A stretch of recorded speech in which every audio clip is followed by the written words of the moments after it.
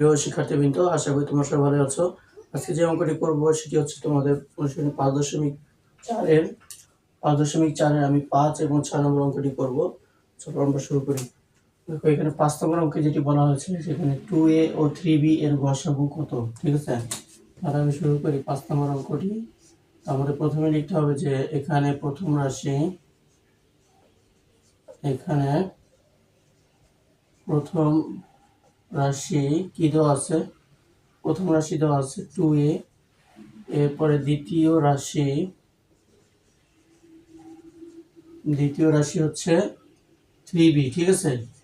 আচ্ছা, অতএব আমাদের যেটা করতে হবে, আমাদের গসাগু কত বের করতে হবে। তাহলে আমরা লিখবো অতএব রাশিগুলোর গসাগু, অথবা শুধু গসাগু লিখলে হবে। অতএব গসাগু, আচ্ছা দুইটা রাশির ভিতরে কোনো কমন আছে দেখো তো। এখানে 2 আছে, এখানে নাই।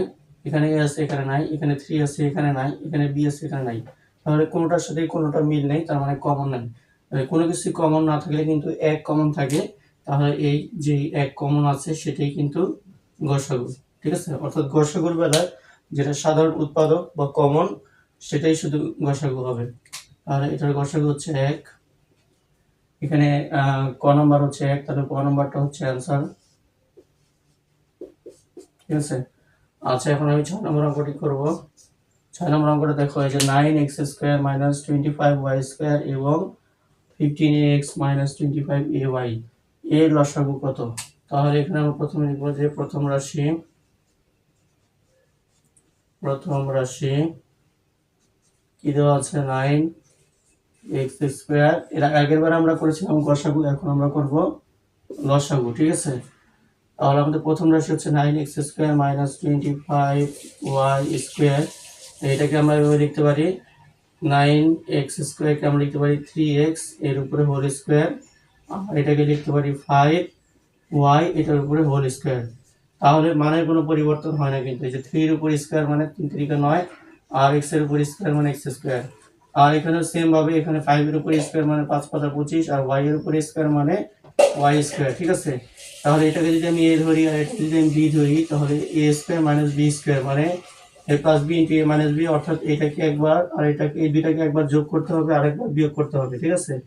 তাহলে 3x আর এই 5y কে একবার আমরা যোগ করব, তারপরে গুণ করে আরেকবার আমরা বিয়োগ করব। একবার যোগ একবার বিয়োগ, ঠিক আছে। আচ্ছা, এটাই হচ্ছে প্রথম রাশির উৎপাদক দুটা। এরপর আমরা দ্বিতীয় রাশি লিখব। দ্বিতীয় রাশি কি দেওয়া আছে, দ্বিতীয় রাশি দেওয়া আছে হচ্ছে 15x মাইনাস 25ay। তাহলে এখান থেকে কিন্তু আমরা 5 কমন আনতে পারবো, আর এখানে দুইটা এখানেই আছে, এখানেই আছে, a কমন আনতে পারবো, ঠিক আছে। আচ্ছা দেখো, এখানে 5 কেন কমন আনলাম, কারণ 5 এর ভিতরে কিন্তু 5 3 5 15, 3 5 15 মানে 5 আছে। 5টা যদি আমি কমন নেই, থাকে 3 থাকে, আর এখানে a বাদ গেলে থাকে x।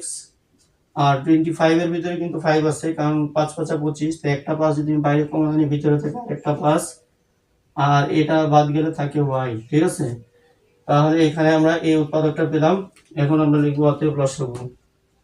অতএব লসাগু, প্রথমে আমরা যেটা কমন নাই সেটা আমরা লিখবো। তো এখানে 5a আছে, এখানে নাই, না থাকলেও কিন্তু লসাগুর বেলায় লিখতে হবে। আর কমন থাকলে দুইটার থেকে একটা লিখতে হবে। যেমন এখানে 3x মাইনাস 5y আছে, এখানে 3x মাইনাস 5y আছে, এই দুইটা থেকে আমাদের একটা লিখতে হবে। আর এখানে 3x প্লাস 5y একটা আছে, এখানে আছে, এখানে নাই। যেহেতু নাই, কমন না থাকলেও লিখতে হবে যে এটা 3x প্লাস 5y। আর এখানে 3x মাইনাস 5y, এই দুইটা থেকে একটা লিখতে হবে,